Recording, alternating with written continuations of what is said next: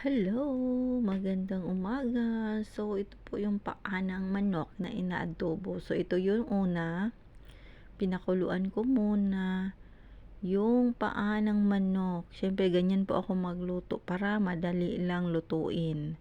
Pakuluan muna ng ilang minuto o half hour, isang kalahating oras na pakulo-kulo, o 'di ba? Hanggang lumambot po 'yan siya. And then, hanggang inahalo-halo ko muna pagkatapos siguro malambot na yan. So, gigisahin ko yan ulit. Tapon yung tubig, tapos gisa, gisa, gisa. O, 'di ba? Yan po, gisahin ko yan. And then, halo-haluin hanggat mangangamoy ng bombay at saka ahos yung paa ng manok. And then, ito na po siyang kinalabasan. O, naging adobo na siya. So, lahat po ng pangsahog ay nilagay ko na diyan, oh, 'di ba?